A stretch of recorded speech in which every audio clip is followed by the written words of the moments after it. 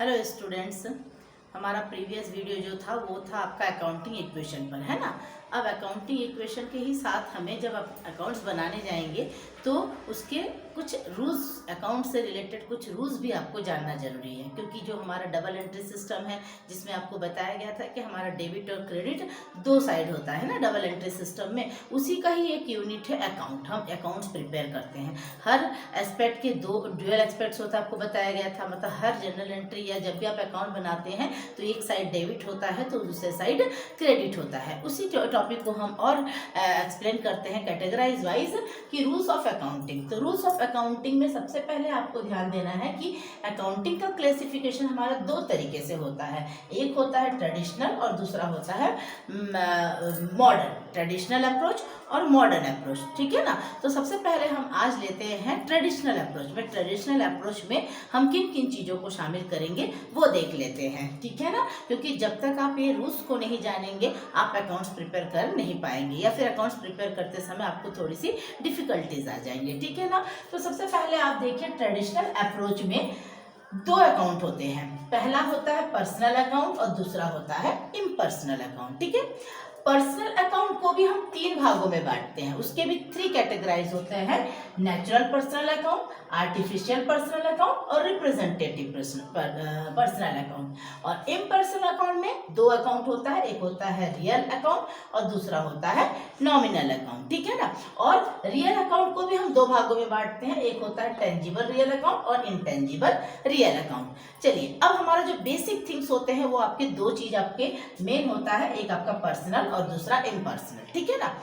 Personal account का जो rules है वो कहता है receiver is debit and giver is credit, यानी जो हम जिससे हम मिलेगा पाने वाले को डेबिट और देने वाले को क्रेडिट कीजिए। मतलब जिससे भी हमें मिलेगा वो डेबिट है, पाने वाला डेबिट है और देने वाला क्रेडिट है। आपको मालूम है ड्यूअल एस्पेक्ट, यानी एक साइड डेबिट है तो दूसरा साइड क्रेडिट है, एक साइड लेने वाला होता है तो अगला साइड देने वाला होता है। तो पर्सनल अकाउंट का बेसिक रूल्स क्या हुआ, receiver is debit and giver is credit. अब इसी पर्सनल अकाउंट को हमने तीन भागों में बांटा, पहला था नेचुरल पर्सनल अकाउंट। तो नेचुरल पर्सनल अकाउंट जिसमें आपको मालूम ही है कि जो नेचुरली हम पर्सन से रिलेटेड होते हैं, ठीक है ना, वो नेचुरल पर्सनल अकाउंट कहलाता है। जैसे राम, श्याम, मोहन, ABCD, यानी कोई भी व्यक्ति, किसी भी व्यक्ति से अगर हम बात करें तो व्यक्ति हमारा नेचुरल पर्सनल अकाउंट के अंतर्गत आता है। उसी के साथ आपका जो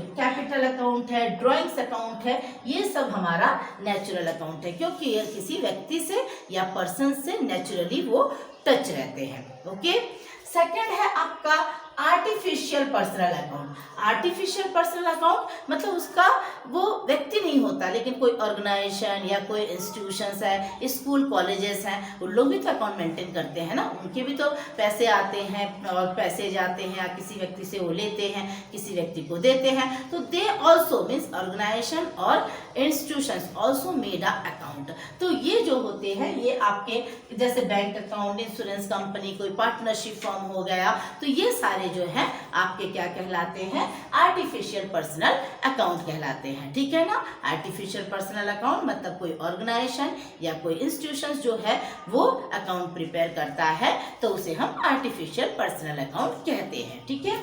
नेक्स्ट है representative personal account. Representative personal account मतलब जो ना नेचुरल से रिलेट करता है ना आर्टिफिशियल, यानी ना वो पर्सन से रिलेट करता है ना कोई ऑर्गेनाइजेशन और इंस्टीट्यूशन से रिलेट करता है, उसके अलावा हट करके वो किसी ग्रुप ऑफ पीपल से अटैच होता है, तो वो हमारा रिप्रेजेंटेटिव पर्सनल अकाउंट कहलाता है।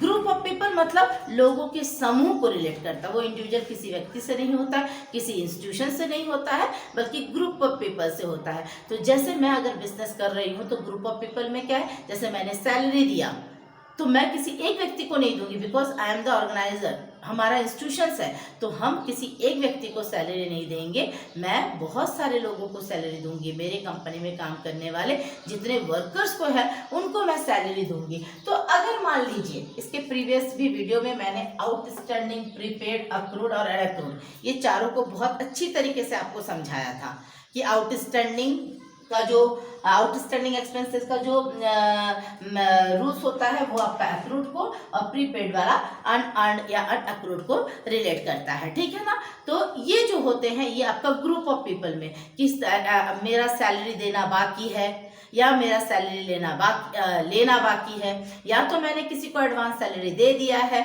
या फिर किसी से मैंने एडवांस सैलरी ले लिया है। ये आपको याद होगा, हम इस टॉपिक को पहले बहुत अच्छे से डिटेल में पढ़ चुके हैं। ये चारों जो एडजस्टमेंट है, आउटस्टैंडिंग, प्रीपेड, एक्रूड और अनएक्रूड को हम अनअर्न्ड भी कहते हैं या एडवांस भी कहते हैं। ये सारी चीज़ों को पढ़ा था। तो ये रिप्रेजेंटेटिव जो पर्सनल अकाउंट है ये किसी ग्रुप को रिप्रेजेंट कर रहा है, ठीक है ना, इसीलिए इसे हम रिप्रेजेंटेटिव पर्सनल अकाउंट कहते हैं। क्लियर हुआ? सबसे पहला आपका पर्सनल अकाउंट के 3 category, natural personal account, artificial personal account और रिप्रेजेंटेटिव पर्सनल अकाउंट। नेचुरल में हम किसी व्यक्ति विशेष से रिलेट करते हैं, जैसे कोई भी व्यक्ति का नाम हो, चाहे कैपिटल हो चाहे ड्राइंग्स हो, ये अकाउंट आपके नेचुरल में आता है। आर्टिफिशियल मतलब जहां पर वो व्यक्तिगत नहीं होता है, ऑर्गेनाइजेशन या इंस्टीट्यूशन से रिलेट करता है। और तीसरा है कि ना वो पर्सनल यानी ना वो नेचुरल होता है ना वो आर्टिफिशियल होता है, बल्कि वो क्या करता है, ग्रुप ऑफ पीपल को टच करता है, ठीक है ना। तो आई थिंक ये रियल अकाउंट आपको पर्सनल अकाउंट आपको क्लियर हो गया है। अब हम लेते हैं इम्पर्सनल अकाउंट। इम्पर्सनल अकाउंट के 2 पार्ट होते हैं, रियल अकाउंट और नॉमिनल अकाउंट। रियल अकाउंट क्या कहता है, comes in debit goes out credit, यानी जो वास्तव में आपके पास आया वो डेबिट है और जो आपसे गया वो आपका क्रेडिट है, ठीक है ना। तो ये हमारा रियल अकाउंट है। अब रियल अकाउंट को भी हम टेंजिबल और इनटेंजिबल 2 भागों में बांटते हैं। टेंजिबल मतलब जो हमें फिजिकल अपीयरेंस दिखाता है, जिसे हम देख सकते हैं, इट इज कॉल्ड टेंजिबल। और जो इनविजिबल है, जो हम नहीं देख पाते हैं, वो है हमारा इनटेंजिबल। जैसे टेंजिबल में हम मशीनरी अकाउंट यानी जितने फिक्स एसेट्स हैं, मशीनरी, लैंड, बिल्डिंग, फर्नीचर, वो आपके क्या कहलाएंगे, टेंजिबल एसेट्स में। Purchase account, stock account, sales return, purchase return, ये सारे आपके टेंजिबल अकाउंट है। क्यों? क्योंकि यहाँ पर फिजिकल अपीयरेंस होता है, आप किसी पर्टिकुलर पर्सन के साथ लेन देन करते हैं, तो ये आपका टेंजिबल अकाउंट होता है, यानी जिसमें आपको कोई चीज दिखाई दिया। जैसे मशीन परचेज किया तो आपके पास मशीन आया और मशीन दिख रहा है, इसलिए ये टेंजिबल है। आपने कोई गुड्स परचेज किया तो कोई ना कोई सामान आपके पास आया, यानी वो टेंजिबल हुआ, मतलब आपको वो दिखाई दिया। जस्ट इसका ऑपोजिट इंटेंजिबल मीन्स हम जिसे देख नहीं सकते, बस हम फील कर सकते हैं, पर वो एसेट्स होते हैं। जैसे goodwill, patent, trademark, ISI mark, तो आपको ये बताया जाता है कि ये दिखाई तो नहीं देता है, लेकिन ये आपके एसेट्स के रूप में होते हैं। गुडविल मतलब आपका रेपुटेशन, नेम, फेम, ये आपको दिखाई नहीं देता, लेकिन लोगों के मुंह से आप सुनते हैं, आपका ये फीलिंग होती है, आपका ये सोच होता है, तो ये सब है। हम पेटेंट, ट्रेडमार्क, आप क्या करते हो, अपने प्रोडक्ट में ट्रेडमार्क देखकर, ISI मार्क देखकर खरीदते हैं, मतलब आपको विश्वास होता है कि इस प्रोडक्ट में ट्रेडमार्क या ISI मार्क है, मीन्स इस प्रोडक्ट की सिक्योरिटी की गारंटी है, ये प्रोडक्ट अच्छा ही होगा, ठीक है ना। बट वो दिखाई नहीं देता है, ये आपके अंदर का विश्वास और अपनी इनर फीलिंग होती है, तो ये इंटेंजिबल है। तो रियल अकाउंट को हमने 2 भागों में बांटा, और क्या रूल्स है, comes in debit goes out credit. What comes in debit, what goes out credit, जो आया डेबिट, जो गया क्रेडिट। ओके, नेक्स्ट है नॉमिनल अकाउंट। नॉमिनल अकाउंट मतलब नाम मात्र खाता जिसे हम कहते हैं। तो ये जो नॉमिनल अकाउंट होते हैं, इसमें होता है एक्सपेंसेस और लॉस डेबिट।